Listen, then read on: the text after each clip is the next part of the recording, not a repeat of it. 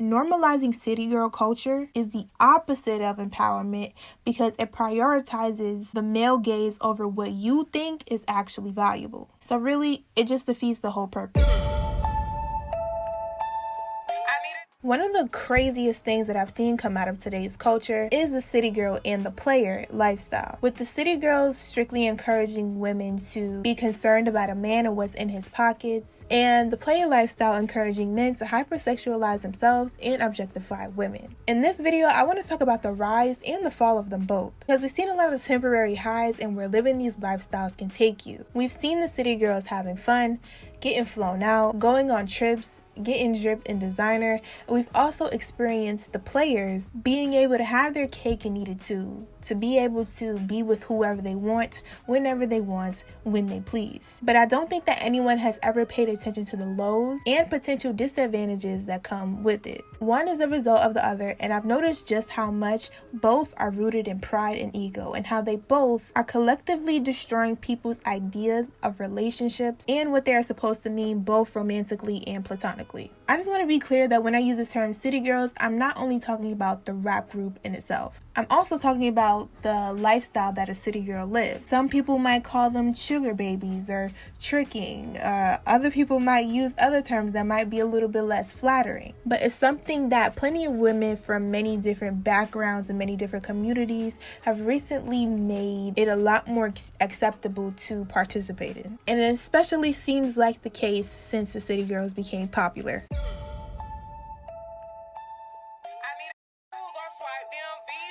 Ever since the City Girls' debut in 2018, there has been an influx in a movement that prioritizes money over love and materialism over real value. The term City Girls was created and popularized by two rap artists from Miami, Florida named Young Miami and JT.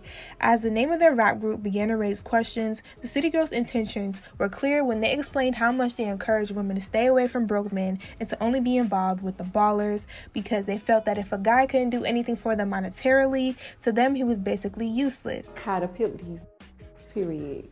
Get their money and dip on them.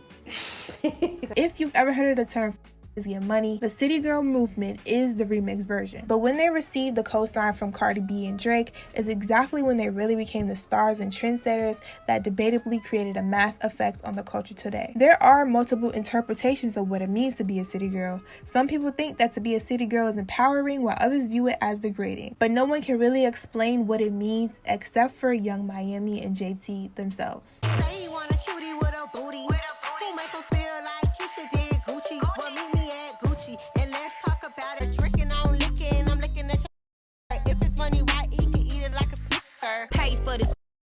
Get your bands up. Or you ain't tricking, I'ma hit your mans up. The city girl lifestyle is described as a woman who benefits financially from men in the exchange of sexual favors or a sexual relationship.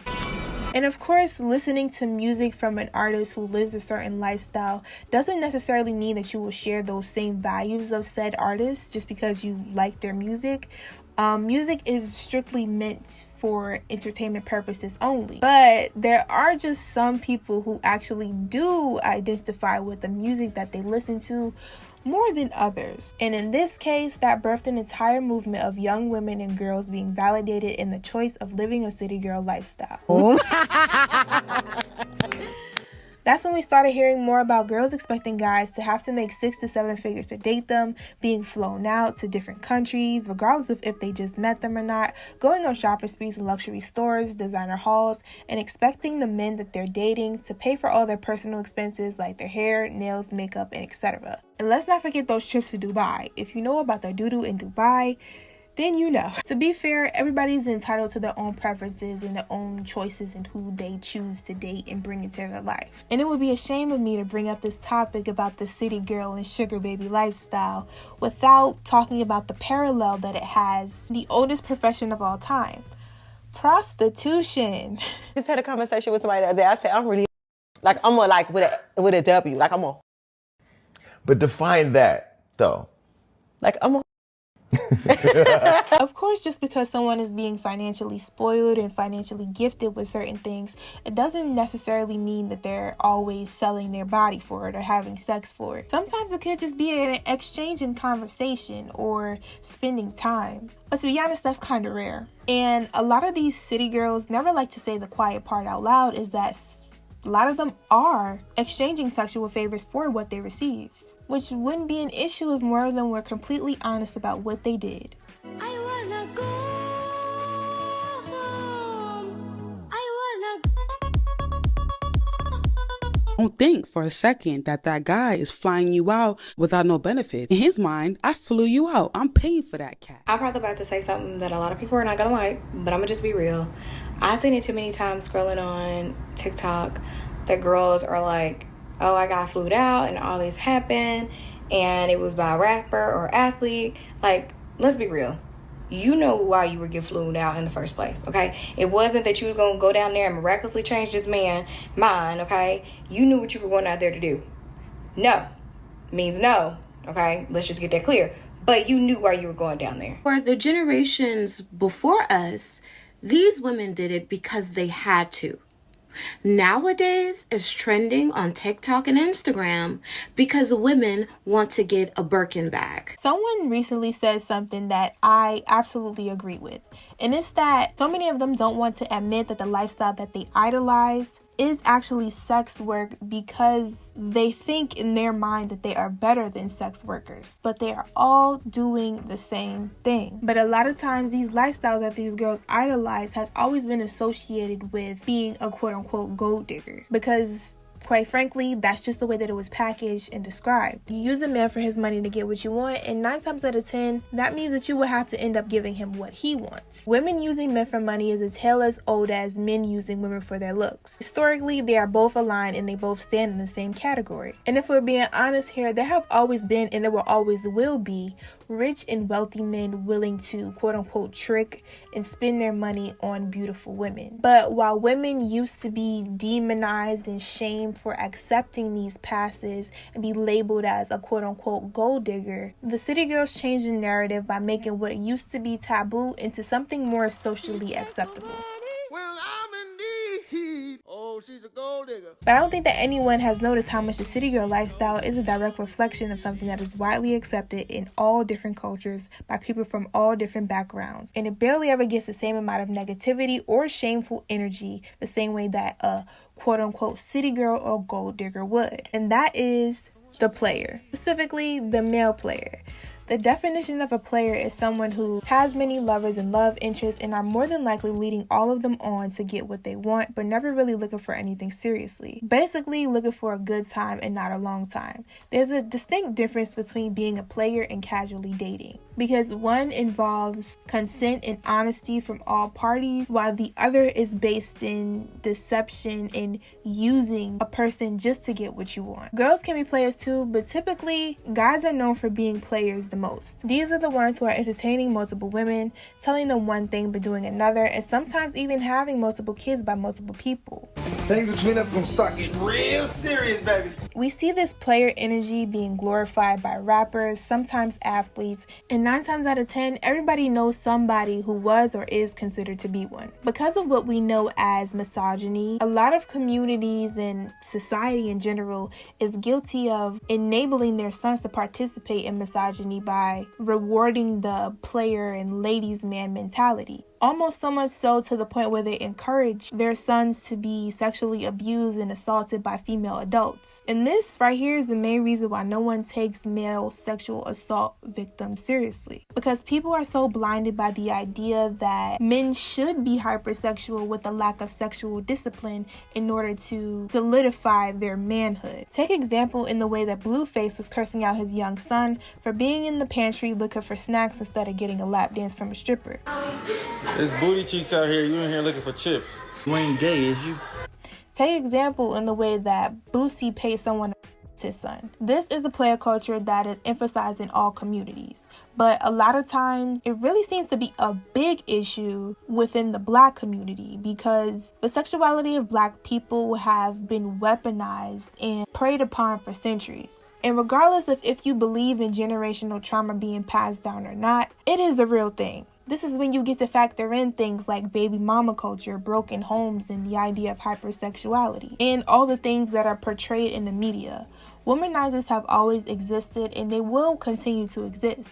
But the idea of what it means to be a city girl, what it means to be a player, were both created as a result of social standards and sometimes even emotional damage. Players just do what they've been taught in order to be accepted out of fear of being hurt, while the city girls use their lifestyle as a mask of protection because of what the women before them went through after being used and emotionally abused by the player. These are two lifestyles based in pride and ego, full of people wanting to be the one to play before getting played. And this damages the way that people are starting to view relationships, because it seems that everyone is basing their reason for attraction on materialism or superficiality instead of a genuine longing and connection. Everything is transactional nowadays. It even shows up in the way that some of these people choose their friends, basing their friendships only on what they can gain from it. But lately, I've been noticing how, just like the players, some of these city girls are starting to be rewarded with a rude awakening as they realize that the lifestyle is not all peaches and cream, and that sometimes they end up being the one who gets burned in the end. Take Carisha, formerly known as Young Miami, for example, with her relationship with Diddy. She bragged about his money and the lifestyle he allowed her to experience with their situationship / entanglement / sugar daddy arrangement / whatever they had going on, claiming to the public that neither one of them were serious about each other. But eventually she caught feelings, and this led to an argument between her and one of his girlfriends on social media after the birth of their child. So not only was she publicly humiliated and embarrassed by him, her unnatural allegiance to losers recently has put her integrity and character into question after being named in recent allegations about crimes including sexual assault and sex trafficking. And on top of that, she lost her Black Oprah show. Ironically enough, before I started recording this video, even more allegations surrounding her ties to this man is being reported. And that is literally the point that I'm trying to make. To be so impressed and amazed by a lifestyle that you compromise your integrity and your image for it is absolutely insane. There have always been women attracted to the finer things in life, just like there have always been men attracted to the finer things in life. People like luxury, and they have a right to. But while some people choose to work for it on their own, there are others who may have a lack of resources or need to survive, or just don't really care how they get it, which sometimes can lead to things like criminal activity or the action of selling their body to get it. I personally am not super traditional or conservative, and I admire people who do what makes them happy without caring about what anybody else thinks. So I don't judge anybody for the path that they choose, because everybody has their own journey. But forcing yourself to do something when your heart isn't in it will ultimately lead you to feeling broken, unfulfilled, empty, and in the end, maybe even lonely. It's a losing battle.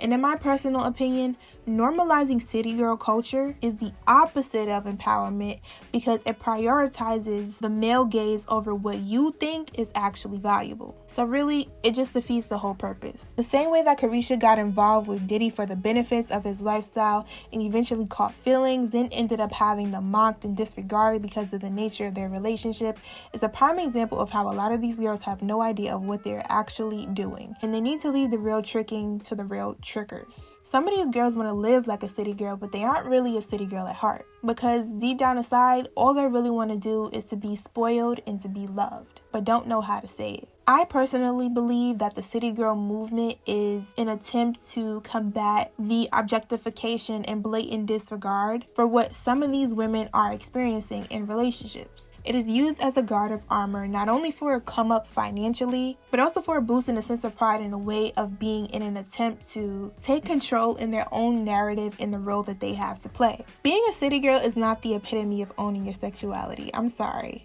I gotta say it. Because the real definition of what it means to own your sexuality as a woman is to be liberated in who you are and what you want.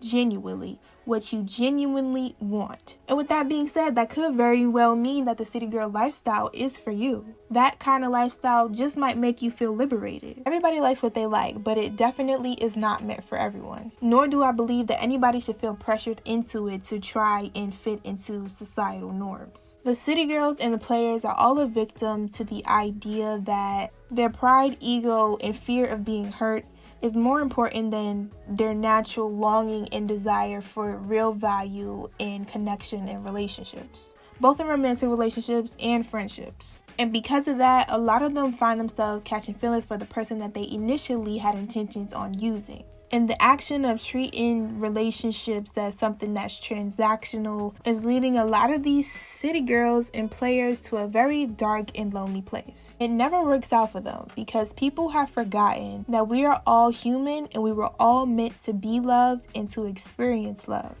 Yeah, that's all I had to say on this. If you enjoyed this video and if you have some kind of feedback, make sure that you leave a like and make sure that you comment down below to tell me your thoughts on this. Also, share the video, and if you're new here, don't forget to subscribe.